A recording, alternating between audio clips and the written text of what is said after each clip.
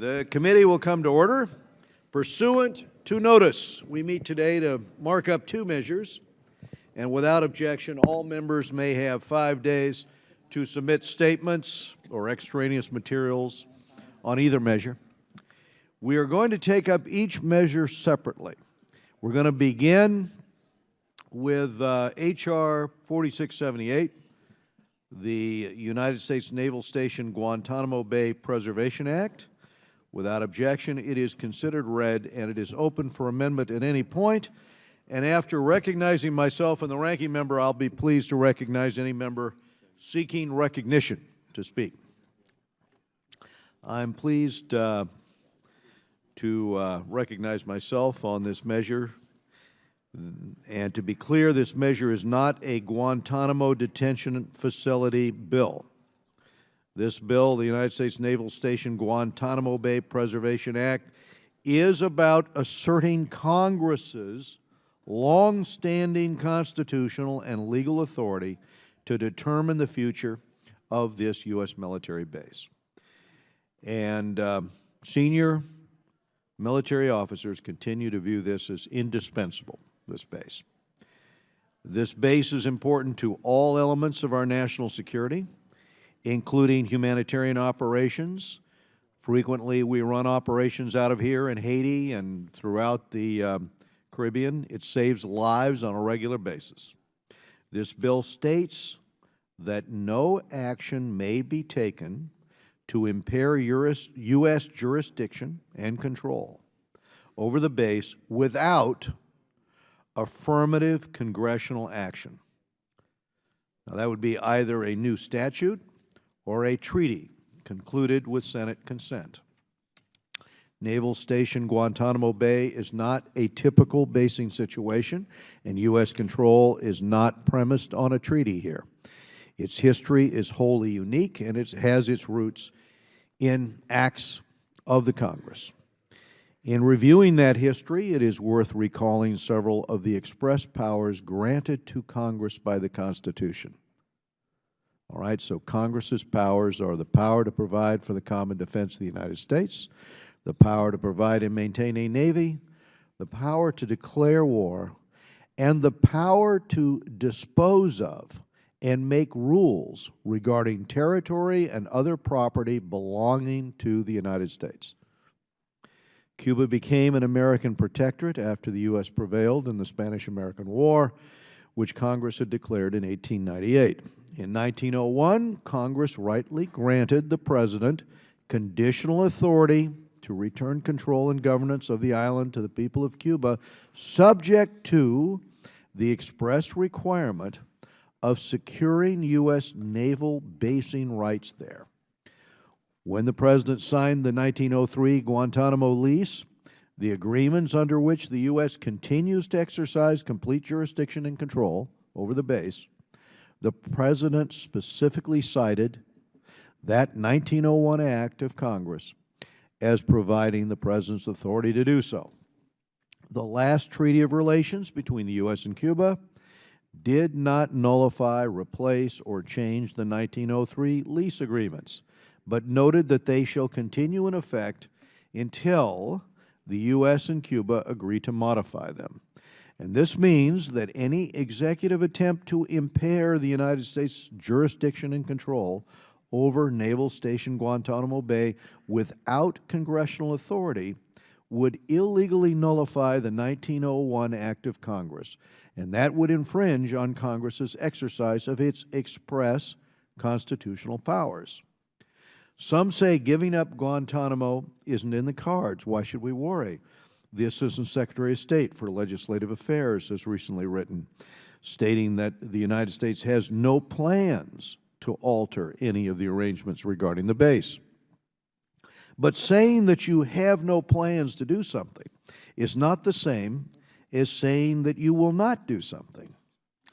As we have seen in any number of prior situations, whether it be unfulfilled pledges of consultation with Congress prior to any Cuba policy change, for example, or the 11th hour lifting of missile restrictions as part of the Iran nuclear deal, plans can change very quickly.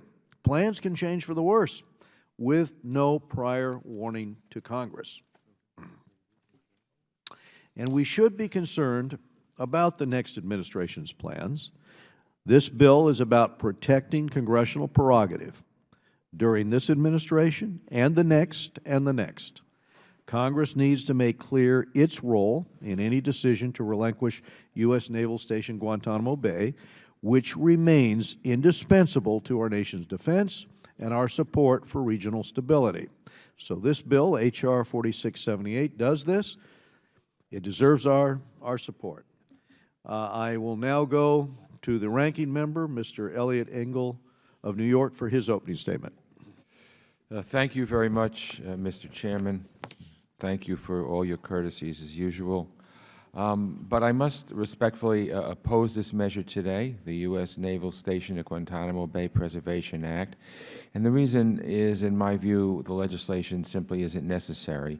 The Guantanamo detention facility is always a political hot button, but I don't think anyone disputes that our naval station at Guantanamo Bay serves a number of worthy national security purposes. And for example, after the devastating earthquake in Haiti in 2010, the base was a critical logistical hub for our response. And so I asked the President if the administration had any plans to return the naval station to the Cuban government. I received a response this week from the State Department that reads, and I quote, "The administration has no plans to alter the existing lease treaty, payments, and other arrangements with Cuba related to the Guantanamo Bay Naval Station." The Chairman did point out that we got this letter from Julia Fryfield, who's the Assistant Secretary of Legislative Affairs of the United States Department of State. So I would ask unanimous consent that her letter appear without objection. Record. Thank you, Mr. Chairman. The letter goes on to explain that the base will continue to serve an important role for the United States even after the detention facility closes, including support of, quote, U.S. Coast Guard and other agency counter-drug and migrant interdiction activities, unquote. So let me say that this bill won't become law. Obviously, the President is opposed to it. But I do think that, again, we should continue to work together on this issue of Guantanamo, because it does serve a number of key national security purposes and will continue to do so in the years ahead. So thank you, Mr. Chairman. I yield back. I thank the gentleman for yielding back, and Ms. Congresswoman Ross-Layton of Florida. Thank you so much, Mr. Chairman. I'd like to offer my full support for your bill, H.R. 4678, of which I'm proud to be an original co-sponsor. This bill would ensure that the Obama administration cannot close or abandon the naval station at Guantanamo Bay without congressional action. Since the President's misguided decision to normalize relations with Cuba in 2014, I have feared that President Obama would try to relinquish control of Gitmo, just as it has done with authoritarian regimes around the world. The Obama administration has already made concessions after concession to the Castro dictatorship without anything positive to show in return. And given the fact that the President is willing to concede to any of Castro's demands, I would not be surprised if next on his checklist will be the handing over of Gitmo to an avowed enemy of the United States. The strategic location of the naval station is of extreme importance, and it plays a pivotal role for our military capabilities in the region. We must not allow any president to circumvent Congress and manipulate the law in order to give up control of Gitmo. And I thank you, Chairman Royce, for bringing up this measure. I think it's a very important statement. Thank you, sir. If I could, I'm going to recognize myself briefly so I can explain my thinking on this. One of the reasons that this bill is important is because, unfortunately, the administration has previously made dramatic shifts in U.S. policy towards Cuba without consulting Congress beforehand. And so when, if we look at the arguments made by Deputy National Security Advisor Tony Blinken. He was in the process of being confirmed by the Deputy Secretary slot at the State Department in November 2014. He was asked whether any unilateral policy changes were under consideration with respect to Cuba. He assured Congress that anything that in the future might be done on Cuba would be done in full consultation. Now, to emphasize that commitment, he went on to say, with the real meaning of the word consultation. That's the thing that when I look back at this concerns me most about the lack of consultation with Congress. I'm trying to protect the prerogatives here of Congress, the responsibility of Congress in this, because less than a month after that statement, without any consultation with me or any other member that I know of, the administration announced the reestablishment of diplomatic relations and the release of convicted Cuban spies, which apparently resulted from more than a year of secret negotiations with the regime, with the Castro regime. So the first point is, we're not talking about that issue. We are now talking about Guantanamo Bay, but there is very real concerns, enough concerns that this Congress also took the step and previously enacted legislation to prevent the return of the Guantanamo base to Cuba. Now, that is going to expire this September.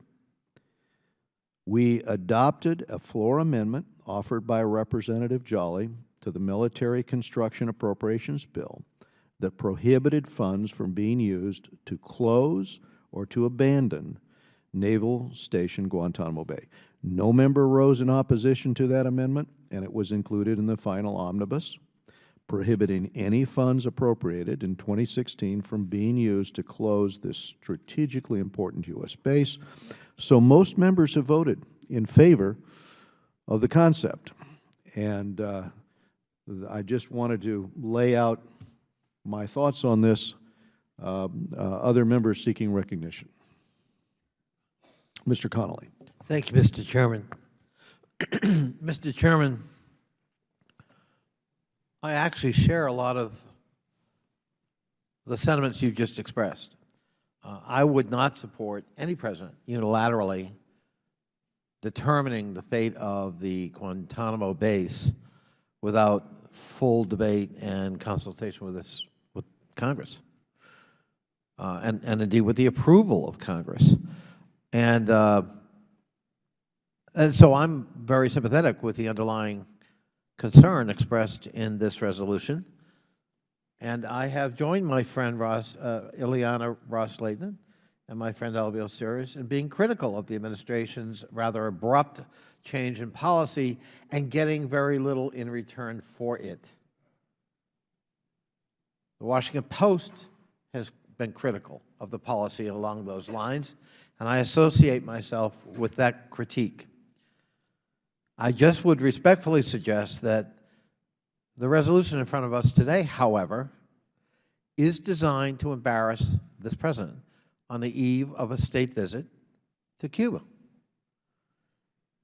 We have one president, and I, for one, am very tired of the gratuitous assaults on him, on his integrity, and on his policy. We can have reasonable disagreements, but for this committee to deliberately pass a resolution designed to embarrass him in his execution of foreign policy on behalf of the United States, I think is a mistake.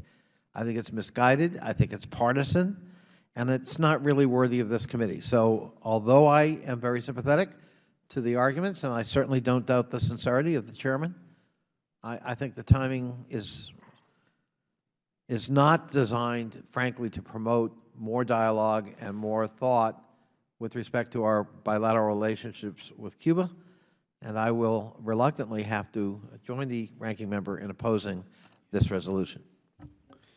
I will recognize myself for a moment here, and I will just point out there are no ad hominems in this bill in terms of the way the bill is crafted, in terms of the wording, specifically it quotes senior administration officials, and in terms of the intent, this is indeed not just about this administration, it's about future administrations too, as I explained in my opening argument, and it is, in my view, necessary given the role Congress has played in this. But to recognize other members, Mr. Smith. Yeah. Thank you very much, Mr. Chairman. And frankly, I want to thank you for authoring this important legislation, H.R. 4678, particularly on the eve of the President's trip. Many of us have been deeply concerned about the President, and my good friend Mr. Connolly just mentioned the Washington Post, which has done several, not one, but several editorials, very, very strong editorials, including one that had the headline, Obama gives the Castro regime in Cuba an undeserved bailout. And they have repeatedly pointed out that it's not just that little has been gained, nothing has been gained. It's actually gotten worse on the human rights side. In 2014, there were approximately 5,000 to 6,000 arrests of dissidents. In 2015, that jumped to 8,000. And in the first 2 months of this year, 2016, approximately 2,500 people have been arrested. So the trend line has been in the opposite direction of what perhaps the President had intended, and that calls for a serious recalibration, if not a reversal, of this policy of all give and absolutely no taking. What do we hope to get in return? Respect for fundamental human rights. I would point out to my colleagues that in addition to the concerns that Mr. Royce expresses in his bill, which I am very happy and thankful that I've been put on as a co-sponsor, I have a hearing next week on Wednesday about getting it right on trafficking.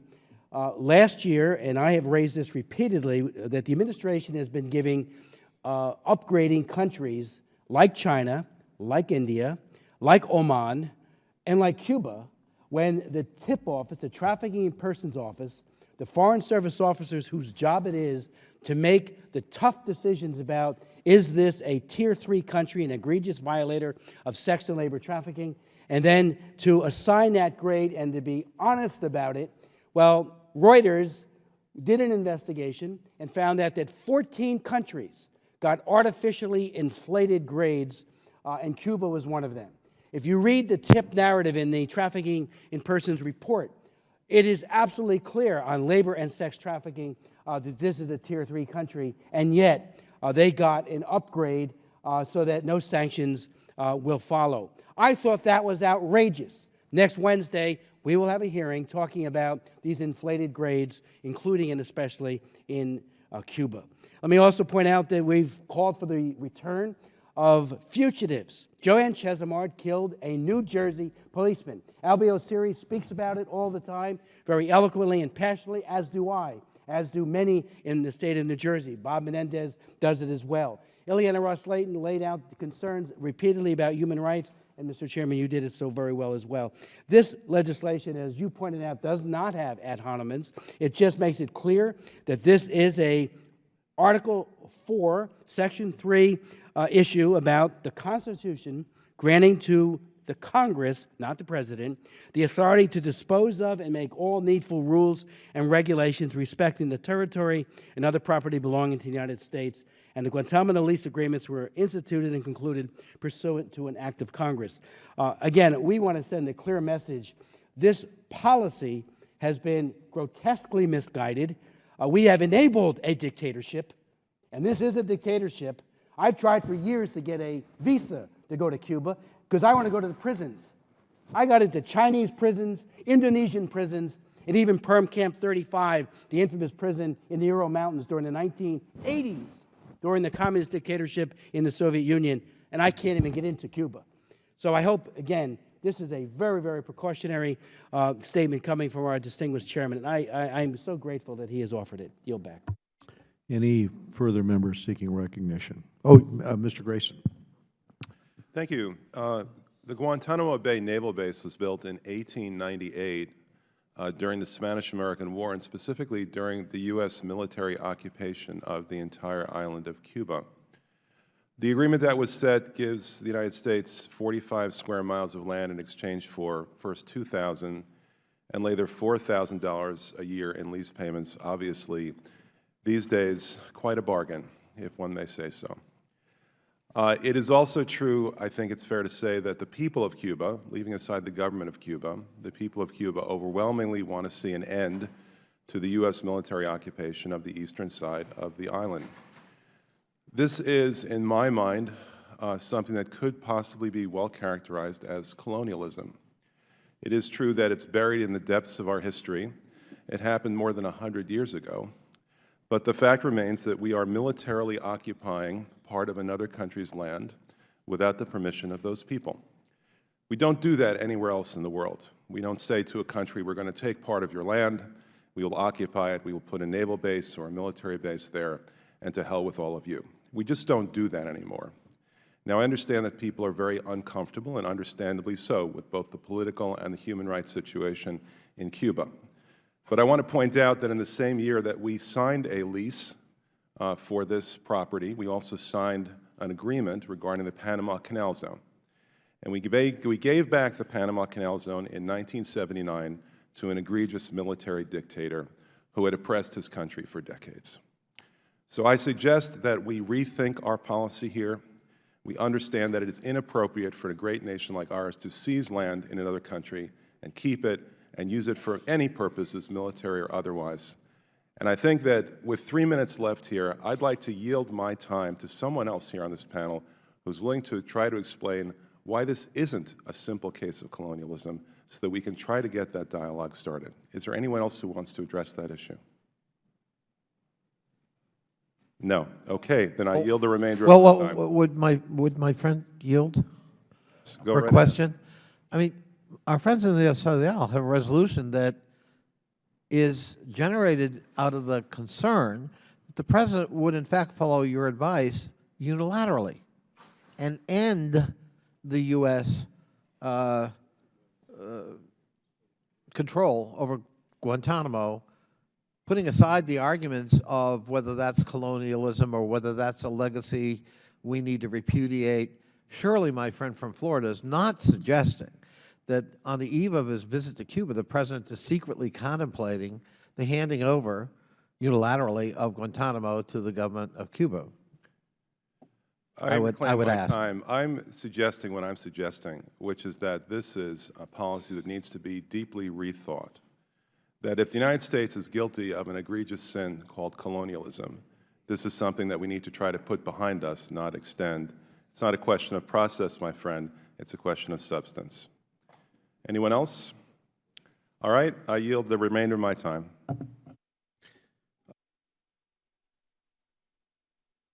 You wish to Yeah, I was just going to make one response, Mr. Chairman. Oh, well, then I'll reclaim my time. Go ahead. I yield. Well, thank you. We can view things as colonialism if that's the particular lens we would prefer to look at it. I would suggest that we might ask the folks in Port-au-Prince, when our Navy was so close by, about 173 nautical miles after a major earthquake hit there, and the life-saving medical treatment, rescue treatment, and the compassionate expression of the American people through the close proximity to a horrible earthquake in the region was facilitated by the fact that the American Navy forces, as well as their medical personnel, were readily available to assist in that region without having to wait days to get there. And I yield back. I'll reclaim my time. I just want to point out that there's a real danger in confusing compassion with guns. There's a danger with confusing aid with missiles. Too often we feel that we're, if I may say this, picking up the white man's burden in the same way that Rudyard Kipling talked about 100 years ago. And maybe it is time to put that part of our history behind us. I yield. we'll go to Mr. Rohrabacher and then Mr. Series. Is that, yeah, Mr. Rohrabacher. Thank you very much, and I'd like to identify myself with remarks of Mr. Smith, and Mr. Smith has detailed for us that the repression goes on in Cuba, And interestingly enough, I'd also like to identify myself with the remarks of Mr. Grayson. Let me just note, however, to Mr. Grayson, what he said was true about American and colonialism, neocolonialism. However, in making changes to government policy to make things to right former wrongs, timing is very important. Timing, timing, timing. This is not the time for us to move forward with what absolutely will be viewed as a retreat from our position that we took after the Castro brothers decided that they would, not decided, but took control of Cuba and turned it into a communist dictatorship. Yes, after Mr. Smith's remarks are taken into consideration, and let's say that Mr. Castro passes on to hell where he belongs, the fact is that then there's a time that we can talk about changing the basic relationship. Just so people will know, Fidel Castro in the 1960s lobbied Nikita Khrushchev to launch nuclear missiles into the United States. Fidel Castro would have murdered 100 million Americans. We should not just ignore that. And since then, Cuba has been a bastion of tyranny, a home for terrorists and drug dealers. When Castro dies and his brother is thrown out of power, then we should move, and again, maybe that would be a good time for us to close Guantanamo. Maybe that would be a good time for us, but right now there are no opposition political parties there. There are no rallies being held against Castro or anything else in that regime. The fact is that it is a hardcore dictatorship, and our president, I don't even think, should be visiting that country because it's going to be viewed as, again, America retreating before this dictatorship and before our own standards, retreating from them. And I would also suggest closing Guantanamo would be seen and is seen throughout the world as a retreat before terrorists throughout the world. If we close Guantanamo now, the fact is every terrorist in the world will look at it as a victory for them over the United States. This will not create a better world, create a worse world, and although I agree with Mr. Grayson's fundamental analysis of the morality of the colonialism that started Guantanamo, this is not the time for us to be sending a message to terrorists or to dictatorships like the Castro brothers have in Cuba. So I thank the chairman, Mr. Royce, for bringing this up today to reaffirm Congress's commitment to that, to democracy and to defeating terrorism. Would my friend yield? I certainly will. I thank my friend. It might surprise him. I agree with most of what he said. A miracle has happened. That's right. However, my objection, and let's be, well, it is my humble, respectful view that the timing of this resolution is designed to embarrass Obama. There is no evidence that Obama plans to do anything with respect to So you're picking up on my timing. Yes, I am. All right. And that is my objection. But I think some of us, anyhow, will find common ground in a future date. I wish we weren't doing this now because it's frankly designed to embarrass President Obama. Well, and there's no evidence he intends to do anything with respect to Guantanamo. We're manufacturing an issue where none exists. I respectfully go back. Reclaiming my time. Yes. My time, and that is if it means sending a message to the president, and you're cataloging that as embarrassing the president, I wouldn't catalog it as that. But if we're going to send a message to the president, if this the is the gentleman would time yield. to do it.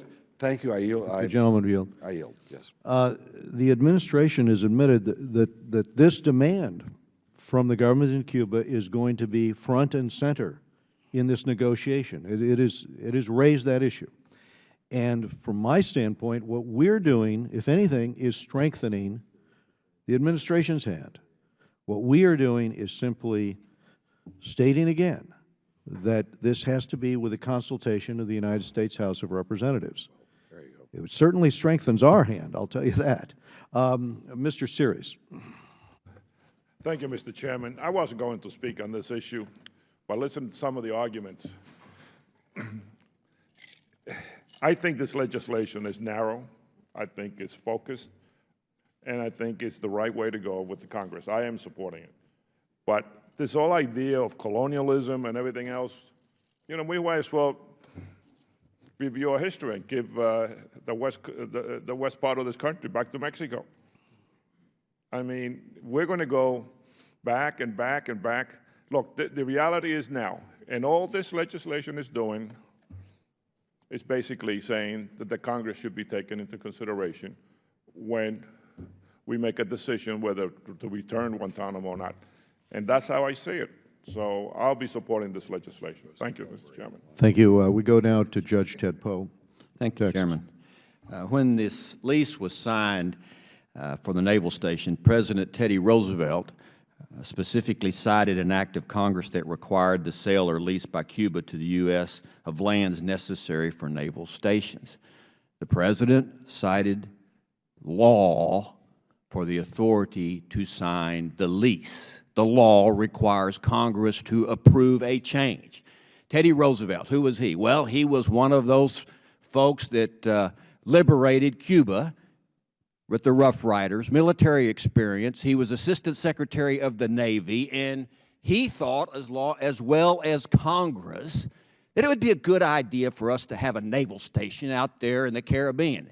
If you get a map out, you don't have to be a military expert to figure out, hey, this is a great place for a naval station of the United States. Set aside the issue of Cuba being bad guys or good guys or whoever they are. It's good for the United States. Now, my friend from Florida said, well, we gave away the Panama Canal when Jimmy Carter was president. Well, we did, but it took an act of Congress. The United States Senate approved the giveaway of the Panama Canal. And all this legislation, this resolution is saying, Mr. President, we're kind of concerned about some of the things you've done in the past unilaterally without an act of Congress supporting your actions. To make it sure that you don't give away the naval base, it takes an act of Congress. This specific issue of the Guantanamo Naval Base takes an act of Congress. And as the chairman has pointed out, the president's going to Cuba. He's going to talk to the Castros. And we want to make sure Congress is involved in any change if there is a change. And there may be a change. We may need a vote, may have a vote. The Senate may vote on it. Something that sometimes the Senate doesn't vote. But right now, this legislation, this resolution is excellent to let not just the president, but Americans and the world know this is a naval base for the United States. It's going to stay that way until Congress says otherwise. That's all it does. It's very narrowly drawn, and I think it's an excellent resolution. It has nothing to do with embarrassing anybody. It has nothing to do with colonialism. It has to do with a naval base of the United States that takes an act of Congress to give it away. And I'll yield back. Lois Frankel of Florida. Thank you, Mr. Chair. So first, with all due respect to one of my colleagues, I do not believe this is a debate about colonialism. And I want to say for the record, I do not admire or respect Fidel Castro. I wouldn't give him anything. But I want to associate myself with Mr. Engel's remarks. I agree with the sentiment of this resolution, but I believe it's unnecessary, and I feel like it's a poke at the president. And it's sort of like saying, well, you know, when did you stop beating your husband or your wife? Well, I was never beating my husband or my wife. So, our president has no intention of modifying, abrogating, abandoning U.S. control over the U.S. naval station in Guantanamo, and I don't think we need this resolution. And I yield back. Mr. Ted Yoho of Florida.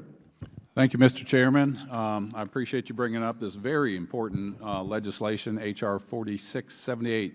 And I'm pleased we're able to work together to shine a light on this important issue and a vital piece of our national security infrastructure. I've been working on preventing a unilateral action by this president to transfer Guantanamo Naval Base to the Castro regime for some time now. Actually, we started in December, and we have over 70 co-sponsors, and I'm pleased we were able to come together and move forward with this legislation that will do just that. I'm sure many people know it is currently illegal for the president to transfer detainees from the base to the United States. We're all in agreement with that. But the actual base itself can be transferred, has been illustrated here, back to the Castro government without the consent of the U.S. Congress. As the only permanent U.S. military base in Latin America and the Caribbean, the naval station at Guantanamo Base has been proven indispensably useful time and time again. Past secretaries of the Department of Defense have stated repeatedly through different administrations, Republicans and Democrats, that the Guantanamo Naval Base is vital to U.S. national security. Therefore, it is imperative that the United States Congress asserts its authority as defined in the Constitution over any transference of property from Guantanamo that may occur to appease the Castro brothers. And look at what the Castro brothers said. They said the Castro regime has stated they will not allow normalization of relationships with the U.S. unless we transfer the Guantanamo base back. Ranking Member Engel and my colleague, Mr. Connolly, both say the President does not intend to give this back. And if that's the case, and if you thoroughly believe that, let's go ahead and make this and codify this in law so future presidents can't without Congress's consent. You know, I just need to remind you when we were negotiating, when President Obama decided to normalize relationships with Cuba without Congress's consent, they weren't going to negotiate with the Cuban spies, but then they released them. The Cuban government confiscated all that property from American citizens, over $7.2 billion that they haven't been paid back on that. And the timing is critical. This is not to embarrass the president. This is about national security. This bill has been worked on and for a period of time, and this is to protect national security. And just a thought on colonialism, you know, it was the United States of America that liberated the Cuban people from Spain. And so this is not an act of colonialism. That was an act of liberation. And I would like to correct that in the record. And I yield back. Thank you. Would you yield for a question? Sure. Do you think of Guantanamo Bay as some kind of tip? Some kind of what? Tip, like a tip for liberating Cuba. We liberated Cuba, therefore we get Guantanamo Bay as a tip. No, I think it was something that was negotiated for national security with our president back then. That put national security first, as is enumerated in the Constitution. Well, let me ask you a question about that. If, in fact, it is true, as you and Judge Poe suggest, that under existing law, under the Constitution, the president doesn't have the authority to change the status of Guantanamo Bay, why are we here? Why are we doing this? Isn't that admitting that this bill is superfluous? No, because in the agreement it says he can through executive action, or if we vacate the property, it goes automatically back to the Castro regime. So it is true then, you are conceding that the president does have the authority to go ahead and do this unilaterally, unless he signs a bill to change that. If you look at the lease agreement, it's vague in there, and we're just trying to clarify it so that there is no confusion, not just with this administration, but future administrations. And if the gentleman would consider, if this does go back to Cuba, a naval base of the first, probably one of the most sophisticated ones in the Caribbean, who do you might think would occupy that? Would it be China, Russia, Iran, maybe all three of them off the coast of Florida, a state you represent? Do you want to represent that to the people of your state? Well, I imagine we would do exactly, to answer the gentleman's question, we'd do exactly what we did in Subic Bay and our other base in the Philippines, which is that we would basically take it away with us and make it unusable for any other military force. But let me ask you this question. Is there anywhere else in the world where we have a military base against the will of the local populace? Anywhere else in the world? This was an agreement. I can't answer that. what I want to do is I'm focusing on the Western Hemisphere, 90 miles off the coast of the United States of America, and I think this is a good bill that everybody should support. All I right, yield well, I'll back. answer my question, which is no. Thank you. Are there any other members seeking recognition to speak on the bill? Hearing no further requests, the chair now moves. Oh, are there any amendments to the bill? Hearing none. Hearing none, we'll go to the vote. This is on H.R. 4678. All in favor say aye. Aye. All opposed, no. No. In the opinion of the chair, the ayes have it, and the measure is agreed to. Without objection, H.R. 4678 is ordered favorably reported. The staff is directed to make any technical and conforming changes, and the chair is authorized to seek consideration under suspension of the rules. We now move on to our second measure. The chair calls up House Resolution 343, expressing concern regarding persistent and credible reports of systematic state-sanctioned organ harvesting from non-consenting prisoners of conscience in the People's Republic of China. Without objection, Ross-Lehtinen Amendment 34, in the nature of a substitute, which incorporates bipartisan amendments made at the Asia Subcommittee markup on January 12th, is considered base text, is considered read, and is open for amendment at any point. And after recognizing myself and the ranking member, I will be pleased to recognize any member seeking recognition to speak. As we consider House Resolution 343, I want to thank Chairman Emeritus Ross-Lehtinen for authoring this important measure. Since 1999, Falun Gong practitioners have been one of the most persecuted social groups in China. The practice of organ transplants in China is of deep concern to members of this committee, especially in light of recent reports of the severe and brutal crackdown on religious freedom more broadly. This resolution condemns the practice of forced organ harvesting. It encourages U.S. medical professionals to educate their patients about the dangers of transplant tourism, and it calls on the State Department to include a more thorough analysis on organ harvesting in its current human rights reporting.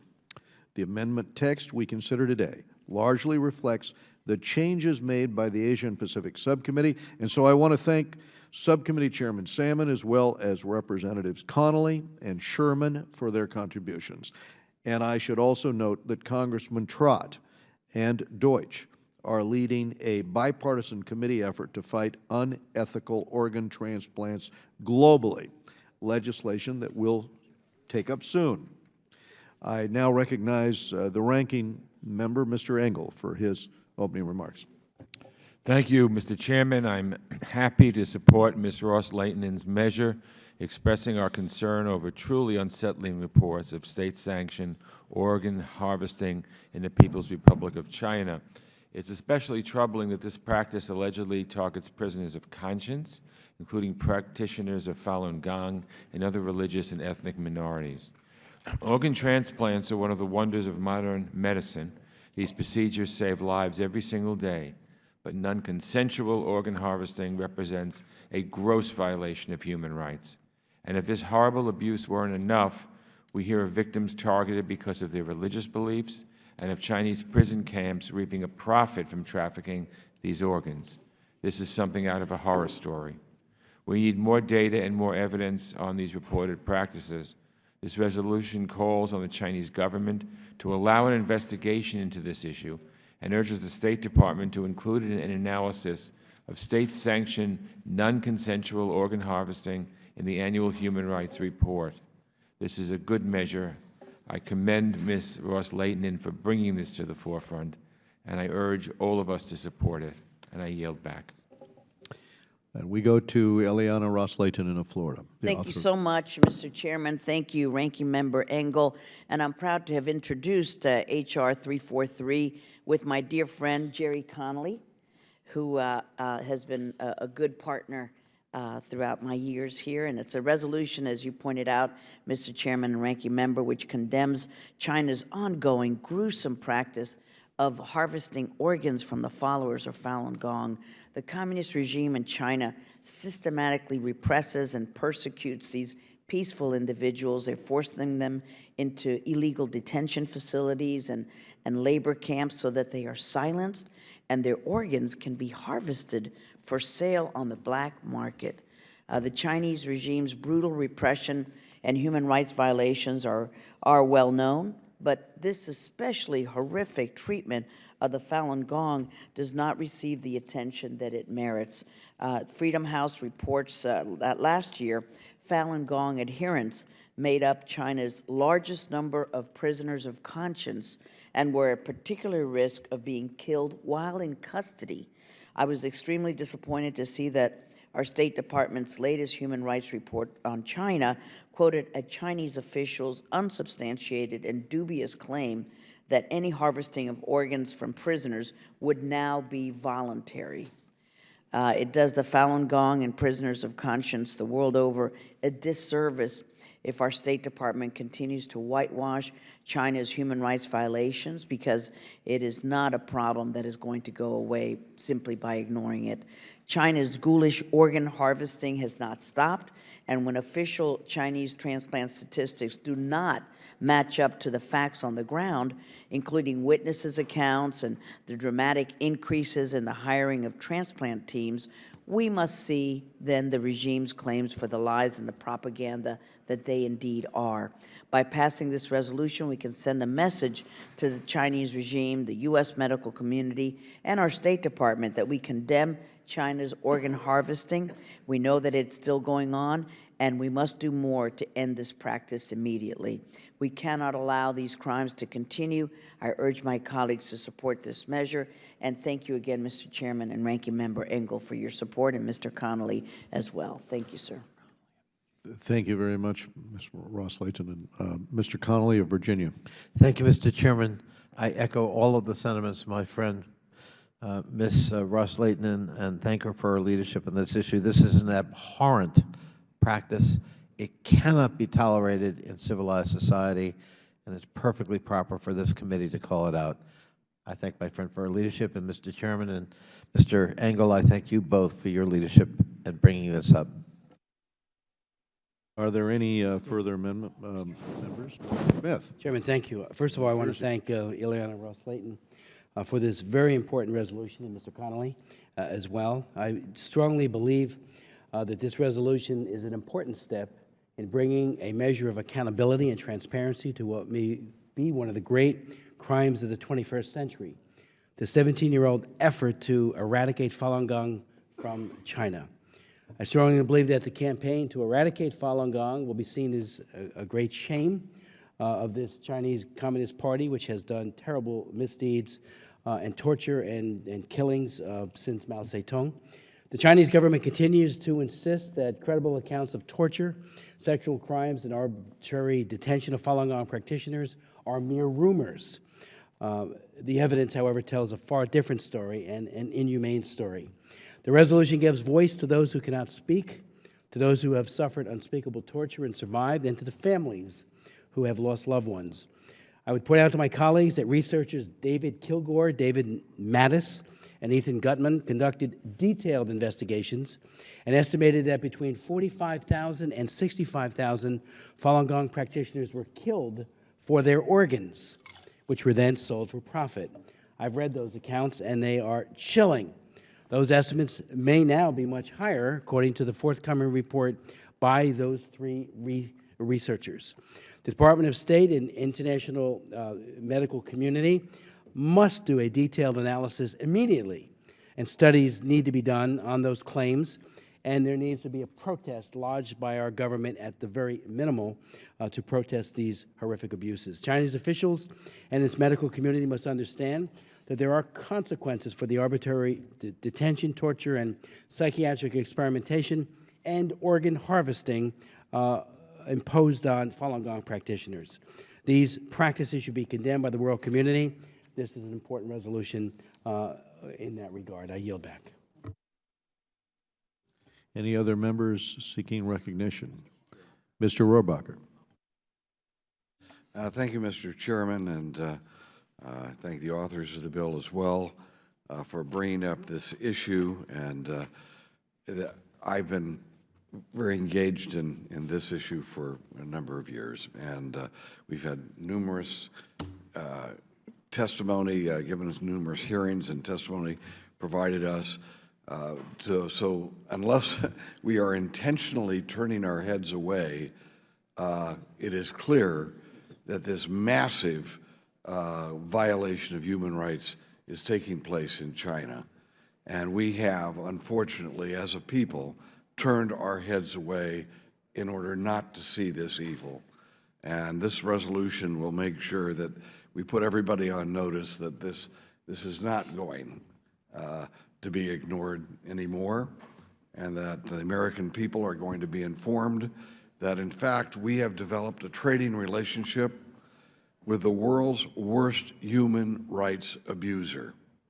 And let me put that very clearly. More people, their human rights are violated in China than anywhere else in the world. And nowhere is that more symbolic than we have the Falun Gong, which is a group of people who are joined together and united by a philosophy that's based on peace and justice and truth. And they believe in yoga and meditation. They are a threat to no one, and yet they are being slaughtered in the secret jail cells throughout China. And what comes out of it, out of those jail cells, organs that are sent to various places in the world. And let me note this: we need to be committed not only to stopping this practice, but we need to make sure that people who are on the receiving end of these organs, that we deal with that as well, because I believe that these organs are being sold in the United States, and that is wrong for us to close our eyes to that. Permitting our doctors to buy a kidney from some prisoner in China who happens to be a Falun Gong member, it's wrong for us to permit a doctor here to transplant that organ, because that's us participating in a crime, in a horrific crime that shouldn't be excused. So let us note that in China, there are, as in Cuba, as we just mentioned, there are no newspapers to expose this. There are no rallies that people are permitted to have, and no opposition parties that can bring up this issue and say this isn't the policy we should have. The only hope for a change in China is if we here make tough stands on these moral issues. And in that degree, there are people, our best allies in trying to bring change are the people of China themselves. And by passing resolutions like this, we are proclaiming to the good people of China that we are on their side, and that we too would condemn this type of horrific activity that does not reflect the moral standards of the people of China or the people of the United States or decent people anywhere in the world. So thank you very much, Mr. Chairman, for bringing this up. Thank you to the authors of the bill. Of course, I will be supporting it. Mr. Chairman? Does the gentleman yield to? Okay, then we're going to go to Mr. Brad Sherman of Los Angeles. It is time for this Congress to pass a strong and credible resolution condemning China for its oppression of various religions, but especially Falun Gong, to condemn China for wrongful executions, and to condemn China for harvesting organs without the permission of the executed prisoner. Not that that prisoner would be in that free a position to decide for themselves. Of those, the organ harvesting is by far the most inflammatory, but frankly, I think less significant than the other two. When you arrest thousands of people for their religious beliefs, when you execute people wrongfully, to me that is perhaps a less gruesome, but a greater crime. I want to thank the chairman, our prior chairman, Ileana Ross-Layton, Matt Salmon, who serves as chair of the Asia subcommittee, for working with me to, I think, improve this resolution to keep it very strong and to make sure that it was the strongest and most credible resolution that we could pass. There are those who say not only does China engage in wrongful executions and organ harvesting, but that nearly 100,000 people have been wrongfully executed. I believe the figure that has been used is 70,000. And that particular figure has not been established convincingly to the human rights organizations that I have the greatest respect for, both nationally and internationally. And so if we were to cite that particular number without having substantial evidence behind it, I think it would weaken the resolution. That is why in subcommittee, Matt Salmon and I worked to improve this resolution, to make sure it's strong, to make sure it cannot be attacked because it's got one number in it that cannot be proven. Now, the fact that it cannot be proven to be true or even established by a very high level of credibility to be true does not mean that it's not true. It simply means that China is a closed society, as Mr. Rohrbacher points out, and that the evidence is simply not available to us. So a resolution that focuses on the wrongful executions, on the oppression of those who are people of faith, and on the fact that in addition to wrongful executions, there can be wrongful organ harvesting, I think is the most credible and strongest resolution we could pass. I yield back. We go now to Mr. Steve Chabot of Ohio. Thank you, Mr. Chairman. I'm going to be very brief. I want to first of all apologize for being a little late for this. We had a markup in Judiciary going on at the same time, and I want to apologize in advance for leaving right after I get done speaking here because I have to chair the Small Business Committee at exactly 11 o'clock.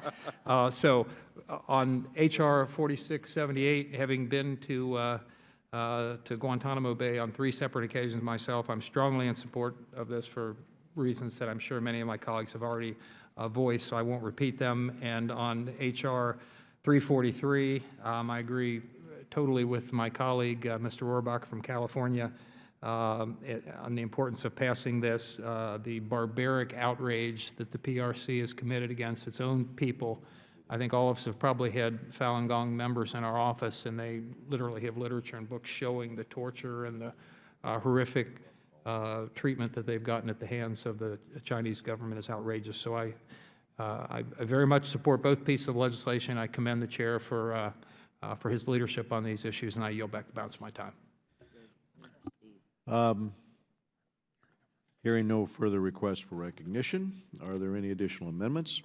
Hearing none, the chair now moves that the committee agree to House Resolution 343 as amended. All in favor say aye. Aye. All opposed, no.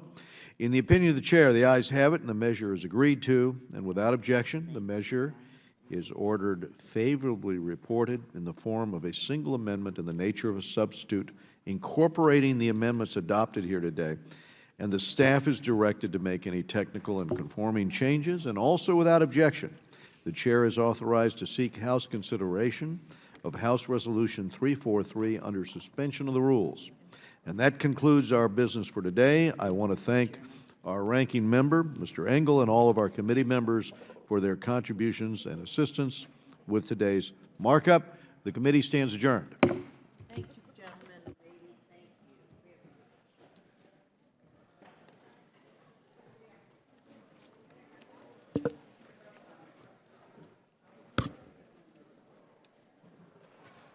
you. Use today as practice in terms of writing a full speech for you. Okay, and fine, your fine, full fine. remarks. Good, good. Okay, let me give you this. I don't think there's anything in there you have to hold on to. Thank you, Mr. Chairman. And we're out. Okay. Yeah. Ed, thank you.